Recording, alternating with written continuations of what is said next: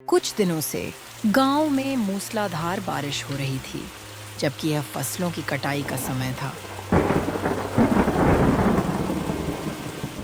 पर कुछ दिन पहले सब कुछ ठीक था। फसलों की कटाई का समय आ गया था और सब कुछ ठीक ठाक चल रहा था। भाई, इस बार सबकी फसल अच्छी दिख रही है। हाँ, सही कहा रामू भाई। मैं इस बार फसल बेचकर साहूकार का सारा कर्ज चुका दूंगा। हाँ, मैं भी घर की मरम्मत करूंगा। चलो मिलते हैं कल। हे भगवान, इस बार बरसात सही समय पर हो जाए तो सबका भला हो जाएगा। हाँ जी, इस बार सब ठीक होगा। ठीक है, ऐसा ही हो। अचानक आसमान पर काले बादल छा जाते हैं, बिजली कड़कती है, भारी बारिश होती है। ये बारिश तो रुक ही नहीं रही। अब क्या होगा? हम तो बर्बाद हो जाएंगे। भगवान पर भरोसा रखिए, सब ठीक होगा। लेकिन बारिश नहीं रुकती और सारी फसलें बर्बाद हो जाती हैं। खेतों में सिर्फ पानी ही पानी रह जाता है और किसानों की सारी मेहनत मिट्टी में मिल जाती है। रामू की भी सारी फसल खराब हो जाती है। वो खेत के बीच खड़ा होकर टूटे मन से कहता है, हे भगवान, इस बार तो हमारी सारी उम्मीदें डूब गईं।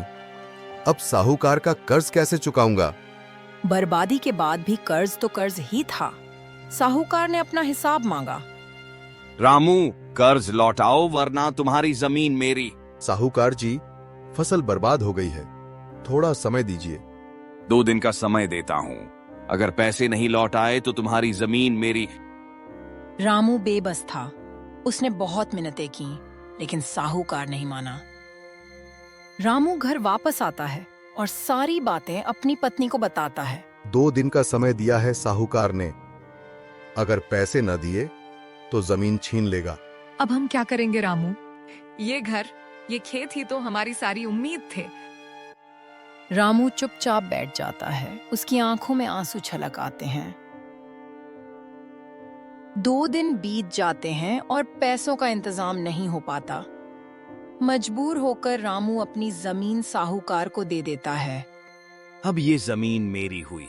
देख लिया, कर्ज न चुका पाए तो क्या होता है। रामू चुपचाप वहां से चला जाता है। उसके कदम भारी हो चुके हैं, आंखों में आंसू हैं और दिल पर बोझ।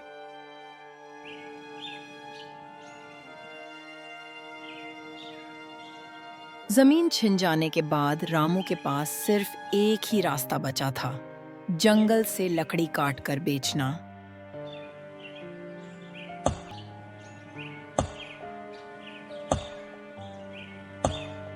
रामू रोज लकड़ियां काटता और उन्हें घर ले जाता। उन्हें बेचकर कुछ पैसे कमाता। एक दिन रामू हमेशा की तरह जंगल में लकड़ी काट रहा था। तभी वहां पर एक साधु आते हैं। बेटा, मुझे बहुत भूख लगी है। तुम्हारे पास कुछ खाने को है क्या? नहीं साधु महाराज, मेरे पास खाने को तो कुछ नहीं है, पर मेरे पास 5 रुपए हैं। आप पास के ढाबे से भोजन कर सकते हो। रामू के पास और पैसे नहीं थे, फिर भी उसने वो 5 रुपए साधु को दे दिए। बेटा, तुमने अपने पास कुछ न होते हुए भी मेरी मदद की है। मैं तुम्हें एक राज बताता हूं। इस जंगल में एक बाजार लगता है। मैं तुम्हें उसका रास्ता बता देता हूं। तुम वहां से सामान खरीदकर बेच देना और अपना घर चलाना। इतना बोलकर साधु वहां से चला जाता है। रामू भी घर चला जाता है, लेकिन साधु की कही बातें उसके मन में ही घूमती रहती हैं। अगले दिन रामू किसी को बिना कुछ बताए चुपचाप जंगल की ओर निकल जाता है। रामू कांपते कदमों से आगे बढ़ता जाता है और साधु द्वारा बताए गए रास्ते को याद करते हुए चोर बाजार ढूंढने लगता है। रामू काफी देर जंगल में भटकने के बाद अचानक रुक जाता है। पेड़ों के बीच से एक चमकती हुई रोशनी और शोरगुल की आवाजें आती हैं। वह धीरे धीरे आगे बढ़ता है और उसकी आंखें हैरानी से फैल जाती हैं। उसके सामने चोर बाजार था।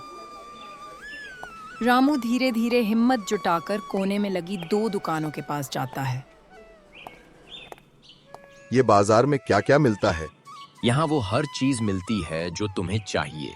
तो फिर चावल और गेहूं की क्या कीमत है? तुम कोई भी अनाज लो, सब 1 रुपए का 50 किलो है। अरे वाह! तो फिर मुझे 50 किलो चावल और 50 किलो गेहूं दे दो। रामू दुकानदार को पैसे देकर जितना अनाज वह उठा पाता है लेकर गांव की तरफ चल पड़ता है। उसके चेहरे पर लंबे समय बाद उम्मीद और खुशी झलक रही होती है। रामू बोरी लेकर घर आता है। उसकी पत्नी हैरानी से देखती है और पूछती है, ये अनाज कहाँ से आया रामू? हमारे पास तो पैसे भी नहीं थे। ये सब भगवान की दया है। मुझे एक साधु बाबा ने एक जगह बताई है, वहां अनाज बहुत सस्ता मिलता है। सच रामू? अगर ऐसा है तो अब हमारा घर फिर से चल पाएगा। रामू, ये तो बहुत सारा अनाज है। एक काम करो, कुछ तुम दुकान पर बेच दो तो थोड़े पैसे भी मिल जाएंगे। हाँ, ये ठीक कह रही हो। अगर अनाज बेच दिया तो घर का खर्च भी चलेगा और कर्ज भी धीरे धीरे उतर जाएगा। रामू अनाज की बोरियां उठाकर पास के किराना स्टोर पर जाता है।